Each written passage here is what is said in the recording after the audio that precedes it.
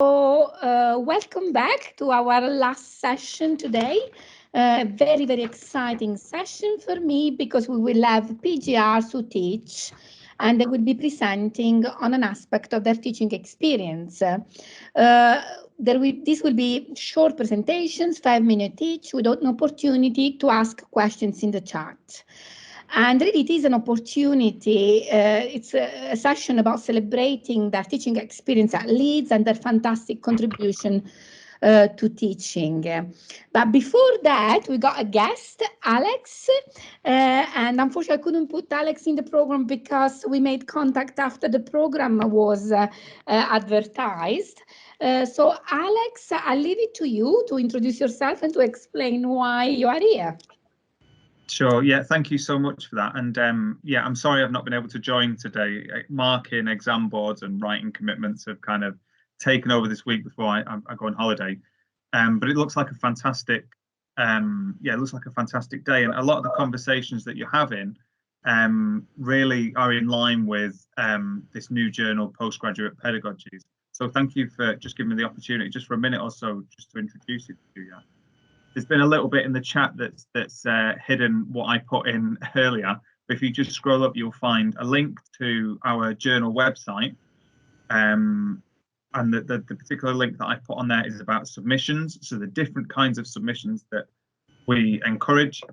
Our Twitter handle, which is @PG Pedagogies, and a mailing list, a JISC mail that we set up just last week after our launch event. So if you want to engage with any of that, you can find out more information there. But just briefly about the journal, it was set up by people at UCL and a couple of people, including myself, at Coventry University, which is where I'm based, initially by graduate teaching assistants. Everyone is now not a graduate teaching assistant who's on the editorial board, and we are looking for at least 1 or 2 GTAs to come and join us. But really what we aim to do, and a bit like what you're trying to do here, is to showcase and foreground the importance of graduate teaching assistants, or PGRs and PhD students who teach in academic departments. And so you'll see that in the inaugural issue, if you go on our website and have a look at the articles that we've just published in our first issue, are ranging from kind of political identity pieces about what it's like to be a graduate teaching assistant, this in-between sort of place, but also things that you've had discussions about so far this morning, which are around relationships between graduate teaching assistants and more senior members of staff and with students, and kind of all the benefits of that. Some of the, the tensions as well, but the benefits that GTAs bring to the party. So we're going to publish 1 issue per year. So we've just published our first issue, and we're encouraging abstracts for the second issue. Okay, so if you want to get in touch with me, or you want to go on the website and find out a bit more information, follow us on Twitter, follow us on the mailing list. You'll get all of the updates with all of those upcoming dates for papers and applications for the editorial team. Find out a bit more about us. So yeah, I'm not going to take up any more of your time. It looks like you've got a fantastic day ahead of you. Thank you just for allowing me that couple of minutes to tell you about the journal. Yeah, thank you very much. Thank you very much, Alex, and we'll be in touch. I'm sure there will be opportunities for collaboration. Thank you. Okay, so we'll follow the order in the program in terms of delivering the presentation. So the first is Alexandra Holmes. Okay, so Alexandra is from the School of Biomedical Sciences and is presenting on the pedagogical practice in public engagement and teaching settings. Off you go, Alexandra. I don't know if you want to share your screen or you don't. Yes, I will get my screen shared. 1 moment. Let me find it. There we go. Okay, great. Cool. And let me find this button. There we go. So hopefully you can see my screen. Big. Okay. Perfect. Cool. So I'm Alex. Alexandra, before you go, I'm sorry to interrupt you. I am going to give you a sign when you have 1 minute to go. I would raise my hand up. Yes, perfect. That would be really useful. Great. All right. Thank you. You start now. Fantastic. So I'm Alex. My pronouns are she, her, and I'm going to tell you a bit about my experience with pedagogical practice in public engagement and teaching settings. So I'm a third year PhD student in biological sciences, and this is actually my back here in the back of this photo at the Be Curious Festival in 2018.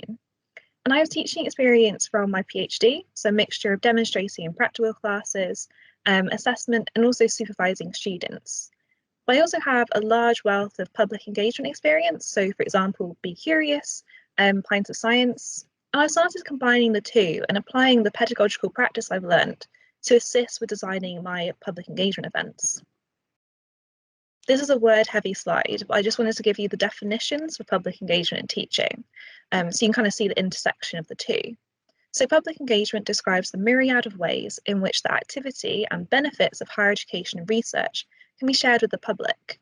And engagement is by definition a two-way process involving interaction and listening with the goal of generating mutual benefits. And then teaching is the concerted sharing of knowledge and experience, which is usually organised in the discipline, and more generally, the provision of stimulus to the psychological and intellectual growth of a person. So you can see there's quite a few overlaps. There's the benefits of higher education and research, alongside concerted sharing of knowledge and experience. And this idea of some kind of benefits, which might be the psychological and intellectual growth of a person. So I'm going to tell you about some school engagement sessions I led, where I was speaking to groups of 30 to 40 17 to 18-year-old students who were just about to start their university courses. And my objectives for these sessions was to introduce the students to higher education style teaching and active research areas.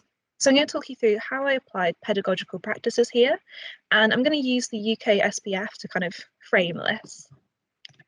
So starting with designing the activities, I used the BOPS model by Patterson and Day.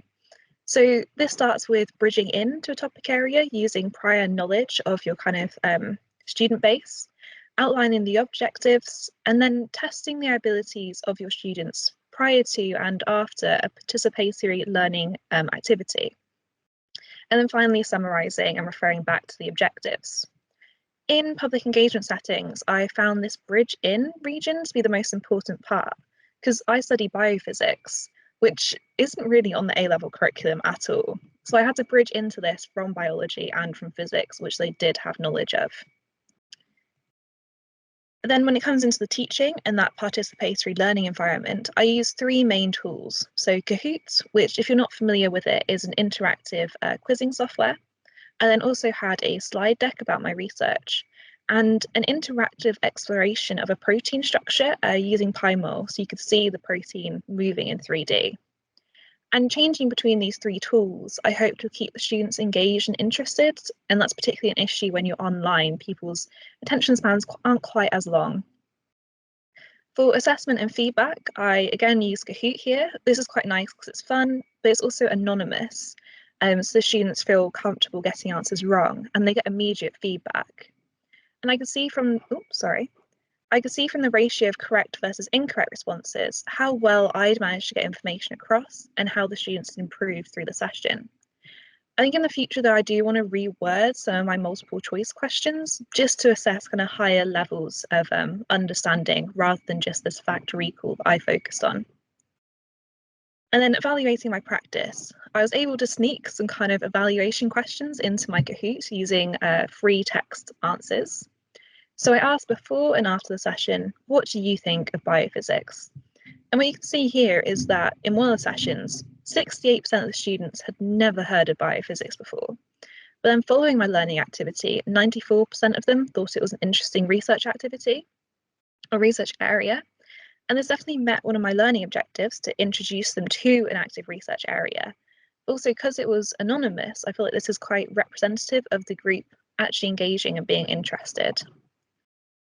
And then in terms of developing the environment that the students or the public is in, I think this is just as important in public engagement as it is in teaching, and actually perhaps even more so, because people come into public engagement activities having absolutely zero prior knowledge, and they need to feel comfortable asking you questions and engaging with you. And as engagement's a two-way street, you need to feel comfortable communicating with you and knowing you'll listen. I encourage this by introducing myself and giving some background on myself.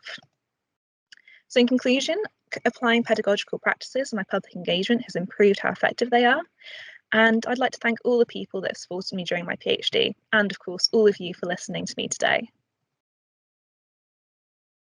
I will stop sharing screen. Thank you so much, Alexandra, for this brilliant presentation. We'd love to move on now to our next speaker, who is Sara Kaizuka. Sara, are you there? Yes. Yes, I am. So this is Sara from the School of Politics and International Studies. And Sara is presenting from international student to teaching in Britain. So, Sara, okay. Yes, I'll just search my PowerPoint slides. Sure. Sarah, while you're searching your PowerPoint slide, I am going to raise my hand when you have 1 minute left. Okay, no problem at all. Can you see my slides, everybody? Yes. Yes. Okay, no problem. Thanks. Fantastic. Hi, everyone. My name is Sarah, and I'll be presenting on being an international student and then to teaching in Britain. So a little bit of background of international students, especially in the University of Leeds. So there are over 11,000 international students, and they're from more than 170 countries. And if you look at the economic impact of students in Leeds, in just Leeds alone, it's £312.4 million to the local economy. So, but despite the diversity among students and the importance of their presence in Leeds, if you look at the staff makeup, the diversity at staff level is still lacking, with 14% from outside of the EU and only 18% from BAME backgrounds. So today I'd like to talk a little bit about the benefits of classes being taught by international students. So of course, international students themselves can develop their teaching skills through teaching in the UK. They can provide better support to international students, and they'll be able to provide diverse perspectives and facilitate diverse discussions during seminars. And also from a political standpoint, they could provide a very neutral perspective, especially if they're covering British politics in the classroom. They can also provide a more global education experience to UK home students. So there's quite a lot of benefits for international students to teach. And going back to my journey to getting here, I spent most of my time being educated in Japan, in Japanese. I graduated undergraduate degree in Japanese university. I did do 1 year study abroad in UCL, and that brought me to do a postgraduate both taught and research degree at the University of Leeds. And I have experience teaching international politics to undergraduate students last semester. So through my experience, I found that there are certain struggles that all international students, I think, can share. So for instance, they would usually struggle with reading materials. I did as well. Reading materials in the UK are quite dense and quite long, so it's quite difficult for international students to keep up with the pace. Adjusting to different education systems is also quite hard. So in the UK, there's a significant focus on seminar discussions, whereas in my country, there isn't that many. Also, being field unprepared for seminar discussions as a student was something that I really felt as a student. And I did feel, not in University of Leeds, but slightly there was a lack of support in academic writing during my time. So I thought of asking 2 questions to the audience today. So first, how many words do you think you need to write in English for an entrance exam of Japan's hardest university, which is Tokyo University? And question number 2 is, how many words do you think a student has to read in the reading comprehension component of an entrance exam for a prestigious Japanese university? Now, if you can write it on the chat or turn your microphone on to shout out a number, that would be brilliant. Yeah, I think that's great. We have about 1 minute left, so Okay. and answer the question within that minute. That'll be great. And you can also put the answer in the chat. Yeah, I'm just seeing it. None and oh wow, 2,500 or 200. That's quite similar because it's actually 40 to 60 words you write and 1,000 to 2,500 words that you read. So as you can see, it's quite low. And if you look at other forms of exams, this is an example of a history exam. It's very much focused on filling in the blanks rather than writing a complete essay, which is the focus in the UK.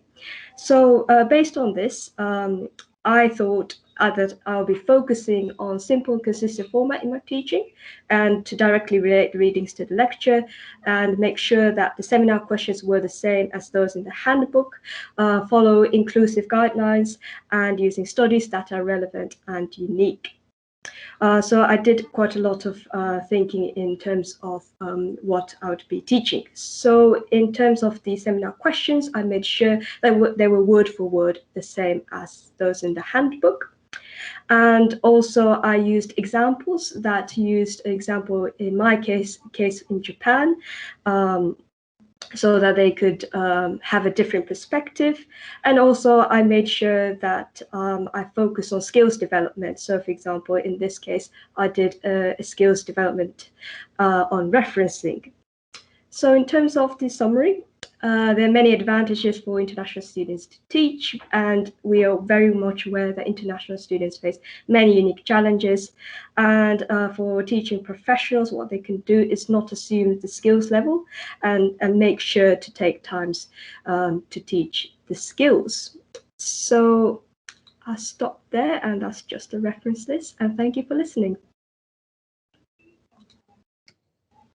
Thank you, Sarah. Thanks so much for offering your perspective on your teaching experience. That was brilliant. And we will move on now to Claire. Claire James, I can see her there. Hi, Claire. So Claire is from the School of Law, and she's going to talk about evidence law and Netflix, engaging students in seminars using true crime documentaries. So I think Femi will do as for the other speakers. When there is 1 minute left, he will raise his hand up and you'll be aware of it. Is that okay, Claire? Yeah, that's great. Thank you. Fantastic. Off you go. So evidence law is referred to as a black letter law subject. In the course here at Leeds, students both have to learn and understand complex rules of admissibility of certain types of evidence in criminal trials. And as a result, as you can see here, this is one small piece of a statute they'd expected to be familiar with and be able to apply. It's very complex and dry. And at the same time as having to do that, there are also significant principles that are key to a democracy that evidence law engages that we want students to be able to analyse, evaluate and interpret. So, for example, these would include the right to a fair trial, the limit of the powers of the state in terms of surveillance and entrapment, the power of the state in a criminal trial versus the individual, and also the consequences of police malpractice and police corruption. But when students are presented with evidentiary rules and associated academic commentary, drawing out discussion around some of these wider issues can actually be quite difficult. And I've found this especially this year with online teaching. So if we look at confessions is one of the areas that we cover on the course. It has quite a complex statutory and case law regime that deals with when confessions are admissible and when they're excluded. One of the areas that we particularly look at is whether new law that was introduced following cases in the UK, like the Birmingham 6 and the Guildford 4, sufficiently protects people being interviewed. And one of the main critiques of the law as it is it doesn't offer sufficient protection to vulnerable people. And so often to get the discussion going, I can use the example of Making a Murderer, which is a popular Netflix true crime series. Many of the students are familiar with it. And this particular interview scene has actually become a meme as well. So it's quite well known on social media. And what I found is often students are initially reluctant to join in discussions about the law, but then when they think about what happens to Brendan Dassey, albeit in an American case, it demonstrates how a vulnerable teenager can easily be manipulated into confessing by people using suboptimal interview techniques. This is a young man who confessed to a rape and murder after being manipulated by police interviewers, and it clearly demonstrates just how much he didn't understand the situation he was in, asked if he could go back to school to take a test. And this ties in more widely with what the evidence team's done this year, and due to teachers' changes in the way that the course has been taught, we've tried to incorporate more YouTube videos and TV clips. And another programme we've found to be really useful to demonstrate points to students is 24 hours in police custody, because students can see real suspects being interviewed. And one thing it's also particularly helpful for, there are things in the UK criminal justice system, like appropriate adults in interviews, that international students may not be familiar with from their legal systems, and so they can actually see an appropriate adult in an interview. And so we can use these as real world examples, both of how the law works and what happens when the law might go wrong.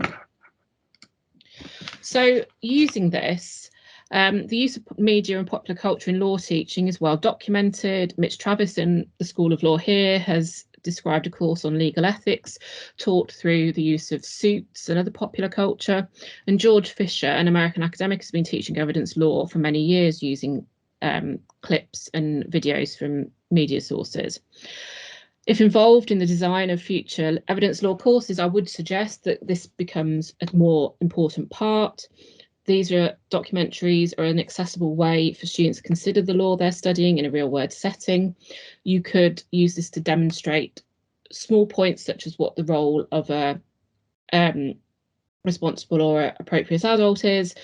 But you could also set episodes to watch that would then give situations where students can perhaps continue the debates brought up by those programmes, apply law to those situations, or use them as a way to kickstart particular principles and themes of evidence law. There's also the advantage, as suggested by Fisher, that when you do this, you're not creating a sort of unrealistic scenario that's come out of your head, as we often do when we're teaching law and ask students to apply the law. It's a real world situation. And also students may feel less inhibited about taking on the arguments that have started in those programmes and debating them rather than coming up with their arguments from scratch. So finally, I just want to say thank you to my colleagues on the evidence law module, Professor Louise Ellison and Alex Bates-Smith, Mitch Travis, Lydia Bleasdale and Rosie Fox, who've all been really enthusiastic about me doing this presentation, suggested some literature I might want to look at. And lastly, most probably importantly, my evidence students from this year, who in the face of very trying circumstances have shown amazing resilience and achievements. Thank you so much, Claire. Another fantastic presentation here. Great to hear your approach, and yes, I'm sure people will be very interested in what you're doing and experimenting it in their own practice. Now we move on to the next speaker, who is James Keaton. Is James there? James from the School of Languages, Cultures and Society. Hello, yeah, I'm here. I'm uploading the PowerPoint at the moment. Yeah, no worries. So while you are doing that, I will introduce you, James. So James Keaton is from my school, School of Languages, Cultures and Societies. And the title of his presentation is Bringing Nuance to Discussions on Sensitive Political Topics. Okay, so when you're ready, James? Yeah, can everybody see the PowerPoint? And Femi will be alerting you when you got 1 minute left by raising his hand. Yeah. All right, thank you. Morning, everybody. I hope you're all doing well. So my presentation is on the topic of teaching controversial topics under this theme of embrace, engage and trust. So the class I taught was Politics of Contemporary China. I was just a seminar tutor. But if you've ever seen a program called The News, I mean, you'll know immediately why this was quite a difficult topic to teach. So when you're teaching controversial topics, there are two issues that I'd like to go through today. Because it's only a 5-minute presentation, but the first issue is that situations often develop over the course of the module. They're ongoing, and so the situation shifts. And then the second is that topics become charged and conversations can lack nuance at times. So the way that this presentation is structured, so it looks like the slides are a lot wordier than they actually are. But what I've done to structure this is I've used the actual PowerPoint slides from my teaching. You just focus on the red parts, which are the annotations. So yeah, the first issue, so situations develop over the course of the module. So within this framework of embrace, engage and trust, embrace the fact that the situation is developing, engage the students by give the students a reason to keep engaging, and then trust your students to stay engaged. I think one of the things that is often problematic at this level is that undergraduates aren't given enough credit, frankly. And certainly in my experience on most of the controversial topics we taught, most of them were very, very interested and stayed very engaged on their own terms. So this is one of the ways I've come across that I try to address this matter. So this is the starter activity that I used almost every week. This is a technique called Google jockeying. It was something I became quite fond of. So the idea would be that students would take 5 minutes at the start as a starter activity to go and search for an interesting news story that week. Typically, they would pick up on the biggest and most controversial ones. Or at least several of them would, and that means that they all stay up to date. They're all they all understand the news stories, and they know the problems with the reporting in Western media, because you can discuss them in some degree of detail. Then you're encouraging engagement by asking them to do a quick-fire analysis on what it tells you about China. This is then what I used as the feed-forward slide. So every week I would come up with my own news story. This slide is quite versatile, so the activity could be used to give new case studies, which is like this one is doing. It can keep you up to date on major stories, the ones that are too important to miss. That's usually covered by students, but if it's really important, then you can use this slide as a means to develop it further. Or you can link it to key module themes, which is also what this is doing. So this slide is about football. Football doesn't appear to have much to do with politics, but this ties to themes about how about problems in the economy under authoritarian governance. In this case, it was about a bubble collapse in Chinese football. So yeah, just whizzing through this. Issue 2, so topics become charged and conversations lack nuance. So again, under this framework of embrace, engage and trust, you have to embrace the fact that students have already pre-engaged with the topic, then give students a different perspective to engage with, and then trust the students to bring the new information into seminar conversations. So this activity, we were doing about ethnic minorities in China. Now, if any of you have read the news in the last year, you'll know that most of it focuses on the Uyghur issue in Xinjiang, and the Tibetan issue is also very well known. So since those are already quite well known, they're covered well by the reading, the students already have a lot of pre-existing knowledge about it. Basically, as a tutor, I thought that it was my kind of duty to provide nuance to this and to provide an alternative perspective. So this case study is about the Korean Chinese. They contrast greatly to the issues seen in China's far west, because they they're largely seen as very successful. They have very high educational outcomes and very high incomes compared to most other Chinese. A very high degree of affluence, and they've maintained distinct local customs, like in the Mid-Autumn Festival in the city of Yanbian. They still incorporate things from Korean culture. But yeah, and then you back this up using an interesting case study. In this case, it's about a territorial dispute. And then this is, well, there appears to be a slide missing, unfortunately. Oh yeah, this is about using a perspective from my own research, and then this is backed up by data. So in this one, it's about the real-world impacts of Chinese nationalism, and then I use this data to prove that. This is about auto sales. So I used it to juxtapose this idea that the Chinese are very nationalistic with the fact that that doesn't particularly impact on their purchasing choices. And then this feeds forward into the next seminar discussion. So you would have had a seminar discussion before the information part and then a seminar discussion after the information part, and that drives home the points that you're trying to make. So the key points to take away from this: students are often already well read on these very controversial topics. Student engagement on these topics is very high, and you have to embrace that. It's important to provide nuance and have students engage with these alternative perspectives and new developments, but it's also important to trust them to take that information away and use it to balance their arguments. Yeah, thank you for listening.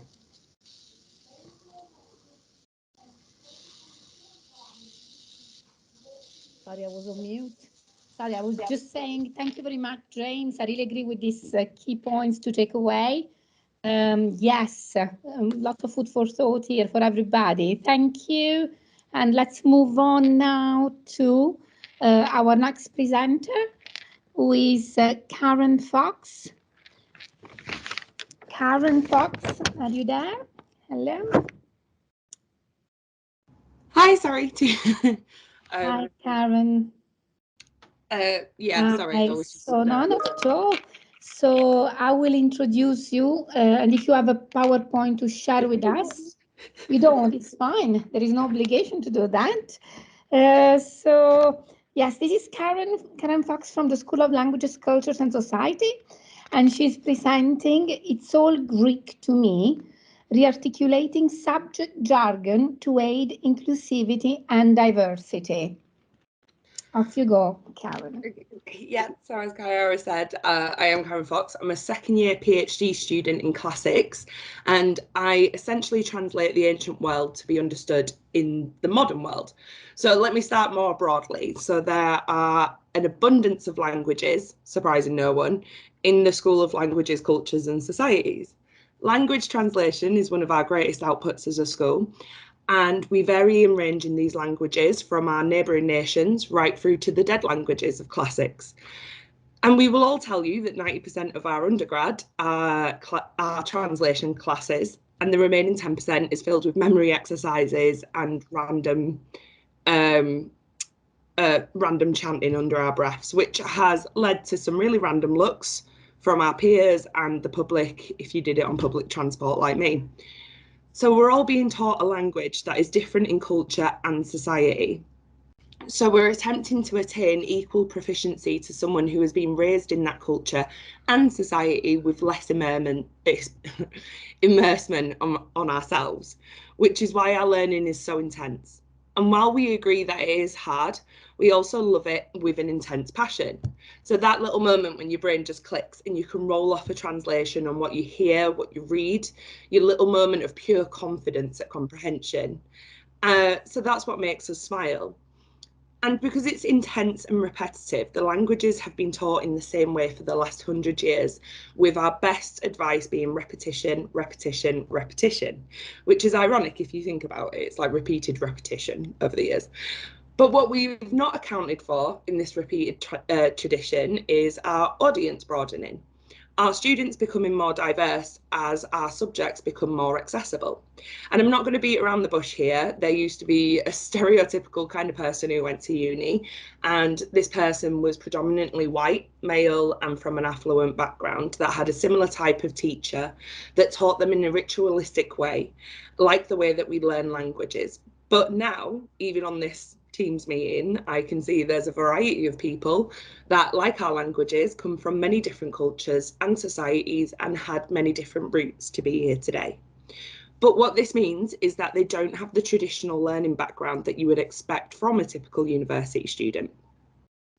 There will be divergences in the way that they have been taught to understand, and it may be culturally, starting at home. For example, I come from a predominantly matriarchal culture, so I tend to have more of a bias of listening to female teachers than I do to males, which I work on, don't worry.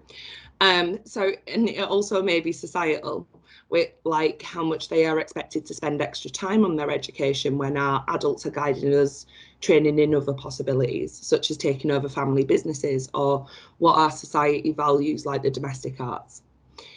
So with our comprehension of this diversity, our teaching styles need to reflect it as well. So I'm not saying we need to adapt for each individual student to create a specific learning environment, because all that does is box people off even more.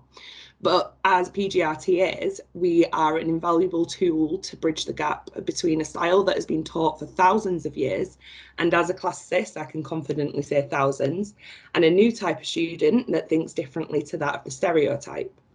the point of this diversity coming forward is to bring a variety and perhaps even more excitingly, a nuanced and ingenious ideas that have never been put forward before. Someone thinking Achilles is a roadman compared to someone thinking his behaviour is dishonourable is interesting, and it invites discussions of value in that culture and society. And this discussion can't take place if we all think the same way, and if we all became adults with the same experiences. So just being aware of this factor will bring us to be better TAs and start including more variety of teaching into the way that we bring up our little baby students, our little ducklings, and bring them into the world of academia. And that's all I've got to say on teaching. They are little ducklings. Thank you so much. Thanks a lot, Karen. Fascinating presentation too. I mean, I'm really lucky today with all this lovely, great presentation, different perspectives, and hopefully we can continue this kind of conversations about and sharing our teaching experience in the future too. We will move on to so Joanna and Karen, the other Karen Tatham are not here today. So we will move on to Rachel Garrett from the School of Philosophy, Religion and History of Science. Hi, Rachel. Have you got something to share with us? No, I'm not got a presentation. I'm a little bit worried I won't see if the hand goes up while I'm looking at my notes. So, Femi, would you mind saying when I've got a minute left? Yes, okay. We'll make sure that, yes, this happens. And so Rachel is today to talk about supporting and teaching disabled students as a PGR. Off you go. Thank you, Rachel. Thank you very much. And one of the reasons I don't have a presentation is because this isn't a carefully researched or anything I can make big conclusions about. But I just wanted to make sure that this topic is part of conversations when we have events like this, specifically how we can support students who are disabled or have long-term health conditions, and how we can make sure postgraduate tutors are equipped to support students with disabilities and long-term health conditions. Last semester, I taught a module which was a History and Philosophy of Science module called Living with Technology. There were no lectures. It was all online materials, and then I would hold the online tutorials this year because of the pandemic. I was the only postgraduate tutor teaching on this module, and the senior academic was sort of very much in the background, which was a great experience and opportunity. But it did mean that I had quite a bit of responsibility. Now, when I was training to become a PGR, and there wasn't a great deal of training, there were some good hour-long sessions for once a week for 6 weeks to introduce us in the school to the concept of teaching as a PGR. But this didn't come up within them. And when I asked what was the situation with supporting students who had disability support statements or who had disabilities, I was told I was unlikely to come across disabled students, and if I did, it wouldn't be something I was handling. This wasn't the case, and this isn't an attitude we should have towards this. I had students on this module, Living with Technology, who had ADHD, who were on the autistic spectrum. I had a student who was registered blind, and I had students with long-term health conditions such as fibromyalgia and chronic fatigue. The way I found out about having students with these disabilities and conditions was an absolute mess. One, I got weeks in advance from the Disability Support Service. A few I found out from students themselves on very short notice. I was in the middle of my first tutorial when I got a message from my student who was registered blind. I'd put up a grid of words to do with technology and said, pick a word and tell me what you think about it. And this student said, I can't see the grid, I'm registered blind, you should have had my support statement, and my note taker who I need has not been able to get into this class, which was obviously a challenge, but also I felt really, really bad because it proved to me that I hadn't followed best practice, which was to not assume that all students can hear, see, or quickly read anything I put up. So this was a massive learning curve. And I just wanted to today go through some lessons I've learned from teaching on a module with a a high proportion of students with disabilities, and hopefully how I think they've helped me as a tutor and maybe can help others, and hopefully make a better experience for students with disabilities and long-term health conditions. So number one, communication. This isn't always the best, as I've shown from not getting these support statements very easily, sometimes having to, it's only come up in discussions with students. So the need for greater communication, the need as a PGR to be confident with bringing people into conversation, CCing in the head of the module, CCing in the support services, saying this is a problem I have, I need you to help me. So taking initiative as a PGR and being confident with that, and making use of one-to-ones with students, which students are sometimes reluctant to do, but that was really important.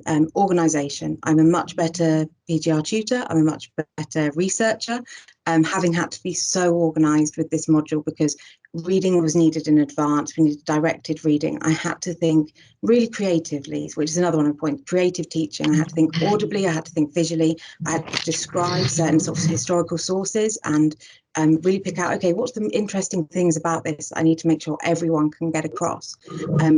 I couldn't use breakout rooms for a lot of these students, so I had to sort of almost fill time, make sure that students were still talking to each other, and making sure that they were still, oh, thank you, Femi, good lessons for everyone.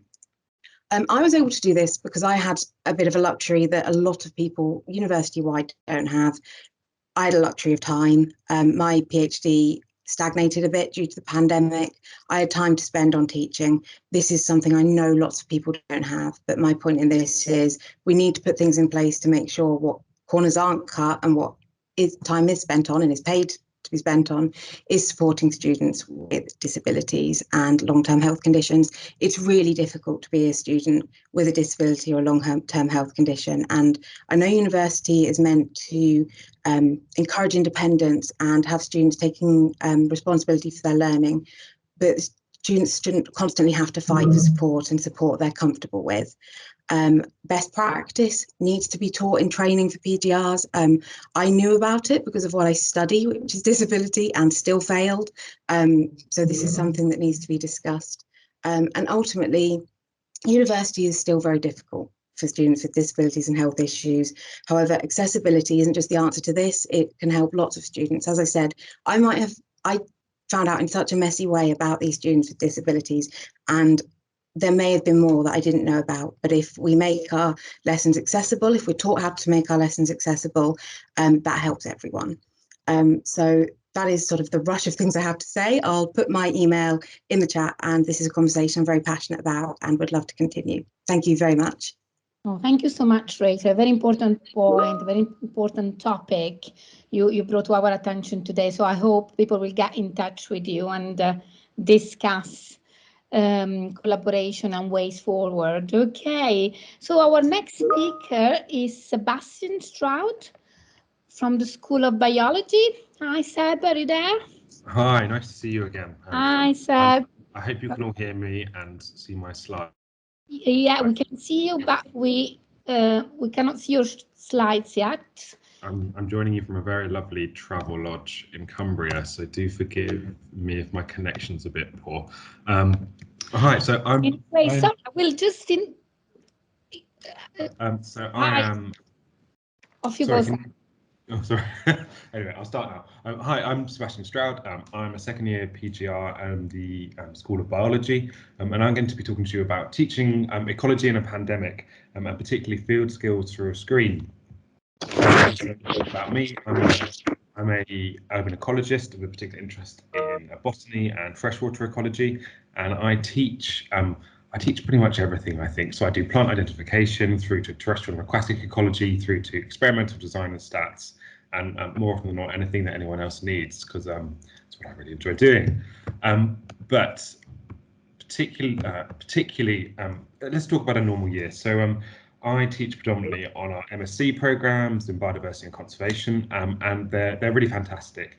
We go out to SSIs, we head out to local nature reserves, we head to national trust properties. There are fantastic areas for biodiversity and also for students to learn. Lots of peer-to-peer learning opportunities, loads of practical work they can engage in, and loads of species. And so we do everything from plant identification, like you can see here on the left-hand side, through to the mounting of insect specimens for museum collections. So our students gain loads of excellent practical skills. And obviously, one of the key challenges that we've all had to endure is the pandemic, and I'm not going to talk about that too much. But what I will discuss is actually how valuable field skills are to our students and to their future employability. And we know from previous years that actually the field skills that we teach are some of the most valuable and enjoyable components to our programs that we have. Frequently, the plant identification module is it's lauded as being really engaging. Students have a completely new perspective on the natural environment after they've done it. They've gone from seeing a green wall of vegetation in their local parks to being able to identify plants that they're finding under bins and where their dog pees, and they get this new 3D experience of the world. So they're always fantastic, and it's actually part of our legal requirement that we offer these modules. This is why our course is so highly regarded, because we provide them, because we know that there is a careers gap and a skills gap. So we still need to deliver that high quality teaching. But how can I, as an educator, do that when I can't stand 3 inches away from you and we can't discuss the angle of a leaf vein? How can I do that when I can't stare at the wing margins on a fly because we're not allowed in the same room? So it's a real challenge for our cohorts that were with us during the pandemic. So we've had to devise kind of new methods and develop technologies and a variety of different blended learning to be able to equip our students with these field skills. So we've created guides and resources, and we've had to create different methods of managing modules. So we've used various tools for peer-to-peer learning to mimic that normal kind of field interaction they'd have, like Padlet, fetch and carry quests. So I would have a seminar with my students and say, well, tomorrow in our practical session, we're going to be looking at the buttercup family. So your homework for tonight is to go out and grab me 5 things that look like a buttercup. And then, as you can see here, we will discuss them. We also ask students to engage in a variety of online activities. They might be creative, pick apart a plant and present it to us in an unusual way, or perhaps designing field experiments that they would do and they could do separately and then combine their data. And so some elements of this have been really useful. So in the peak of the pandemic, we still had to teach plant ID for our students. And we used something called Padlet, which is essentially an image board. But actually, we found this really effective. So students were sharing their finds, they were putting up pictures of the flowers and plants that they were finding. So we would have some students who would create some quite innovative displays of perhaps different leaves and then discuss it. And the great thing about this was actually we had loads of students engaging with each other. So they were commenting on this, they were putting up more pictures, they're saying, oh, well, I've seen that. Or well, have you checked this website? You might find that useful. Sorry, let me just, oh goodness, there we go. Why are you not moving? We also had to consider alternative approaches to examination. So a lot of the academics who teach these, they're kind of dusty old entomologists and ecologists that you quite often find still hanging about, that you wheel out of a cupboard every now and again. So they weren't perhaps as glued up to date with some of the new technologies that we had. So we developed a variety of different skills-based tasks that we could do online, or that we could examine remotely, because we had students joining us from all over the world, from Mexico through to Spain, through to the UK. So we did things like online herbariums, which you can see here with some of these rose species. Or, new experimental design. How would you practically implement this if you only had 3 days worth of field work that you could do? And these worked really well. But it's very unlikely that teaching field skills is going to change. You do need to get out there. Students need to have that hands-on experience with skilled and educated demonstrators who have the nuance of seeing things in the field rather than over a screen. But some elements of the teaching that we've kept. So for this year's Plant ID, which we were thankfully able to do in the field, we've been able to use tools like Padlet, and so students were able to go out and they were after their practical sessions for the day, they'd go out to their local parks and they'd find more plants and they'd share those discoveries. So actually it's almost increasing the contact time that students have with us, because actually we're able to, I mean, we shouldn't really, because actually we're only paid for a certain number of hours, but it's because we enjoy doing it. We're still there at 9 o'clock, engaging with them, saying, oh, well, actually, that's really interesting. This fern you found, try and look at the spores on the back of it. So there's definitely tools that we can take from the pandemic, which actually have enhanced our pedagogical practice. And I think the really reassuring thing is that as we're kind of moving out, that students are still as engaged. So our students haven't changed at all. They're still as engaged, they're still learning, they're still great. So I'm going to say that one thing that hasn't changed is our students. So we've asked them to send us some pictures of some things that they found, and we have a very lovely one here who was happy to oblige. So if I have any questions, or you have any questions, you're more than welcome to share. You can also find me on Twitter at @SebBotany. I'm always happy for collaborations around more or less anything. I'll put my Twitter. Thank you so much, Seb. This is a very fascinating presentation, a very good example of adapting teaching online, and I'm sure again there will be people interested in getting in touch and discuss this further. So now we come into our last but not least presenter, Anna Douglas from the School of Fine Art, History of Art and Cultural Studies. And Anna is going to talk to us about the impact of COVID-19 on first-year fine art students. Very timely topic. And yes. Thank you. And I'm just trying now to, of course, share my screen, and it's not doing it. Okay.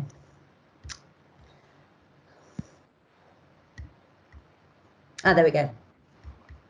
Yeah, lovely. Yeah, fantastic. But lovely. Okay, so in the first term, I worked on the first year fine art engagement project that introduces students to a range of artistic methods and materials. Each of the 3 groups of 6 students I taught started their engagement project physically in the School of Fine Art, and they moved only to working online in week 2 and 3. I found the COVID situation so extraordinary, I felt it impossible to teach as if everything was normal. And I took the opportunity to invite the students into a curious and creative inquiry into the pandemic situation itself, through a project that I entitled Engaging, Encountering and Distancing, Masks, Masking and Masquerading. And I encouraged the students to think of themselves as context-specific artist researchers, gaining experience of social and visual research, to playfully experiment with materials, to investigate their immediate habitat and to make new work. Now, for our first meeting, students were each invited to read a chapter of sociologist Richard Sennett's The Fall of Public Man. And as a group, we discussed their interpretations of Sennett's writings from the 1970s regarding the changing patterns of public social behaviour and how relevant or not they seem to be to the present situation. And this discussion was then followed by my visual lecture that explored masks, masking and masquerading, and it was a kind of gallop from ancient Greek theatre to queer theory. And in the third part, of our first face-to-face session, it required rapid creativity. In 25 minutes, students had to make a paper bag mask in response to my question, what do you want to say that you can only say now wearing a mask? I photographed the masks in a performance to camera style, like you see here, and also the students took selfies on their phones, and we discussed the difference in photographic style and meaning. Week 2 was delivered online in teams, and building on week 1, students undertook personal research, which they could either present as a PowerPoint illustrated talk or as an artwork, a visual slideshow in its own right. And students produced incredibly interesting research work here, one researching masks and photography in the early 20th century Manchurian plague, which I'd never heard of. I also set another rapid brief. This time in 30 minutes, students had to make an emergency mask from anything they could find to hand in their flats. And then they had to choose how to photograph themselves wearing the mask. In week 3, 2 groups merged together for a half-day crit, presenting a new piece of artwork, evolving from their research in weeks 1 and 2. Their PowerPoint presentations had to be scripted and timed, teaching students methods of presentation. So how did this process differ from being in the physical art studio? And I want to just summarise some points here. My teaching focused on the digital portal as a conversational and relational space.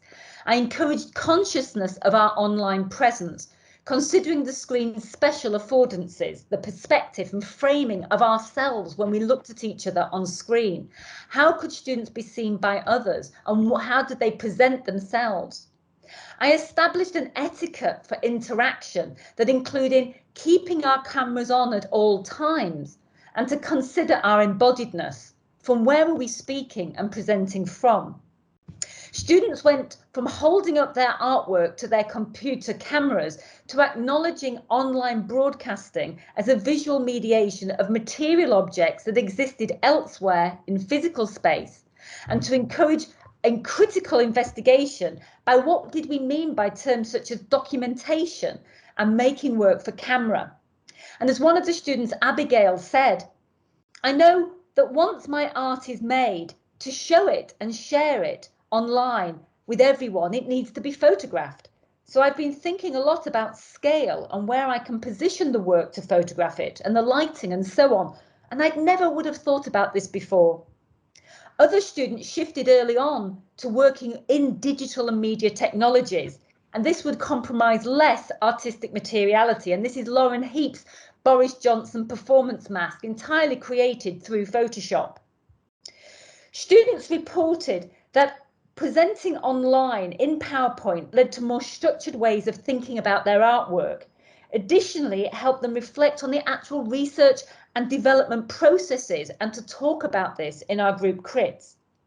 Teams made it possible to do a different kind of information exchange than would have been possible in the studio. So I made notes during crits and posted them up in real time. I also enjoyed simultaneously responding to students by posting up references to artists, books, films, and I encouraged students to use the chat in the same way. And I also began to record the crits and post them up online so that students can listen to them later. However, I discovered that facilitating inclusive online conversations necessitated a more proactive and varied interaction than if I had been in the studio. I was mindful of creeping student online fatigue and their sense of monotony. Each week, I tried to vary the group interactions, introducing icebreaker activities, which were particularly useful in a group of students who were meeting online for the first time and expected to collaborate. I actually encouraged us to start meetings with checking ins and checking outs, and I actually introduced times for online socialization.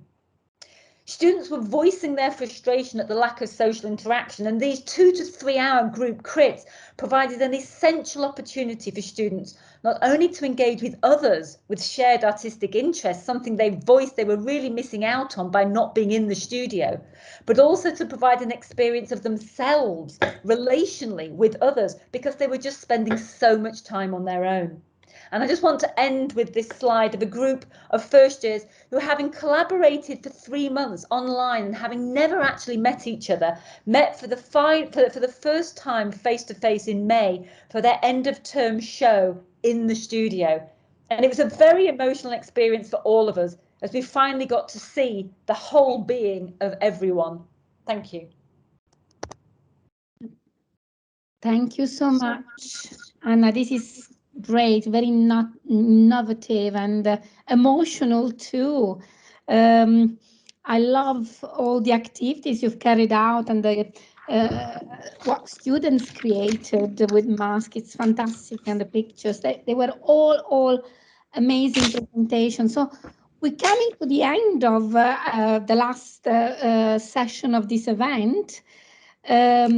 And really, the first big thank is to all the PGR teaching assistants who have helped me. Some of you already know me because I've been in touch with them throughout the different phases of my project. So they helped me before and they supported the event today.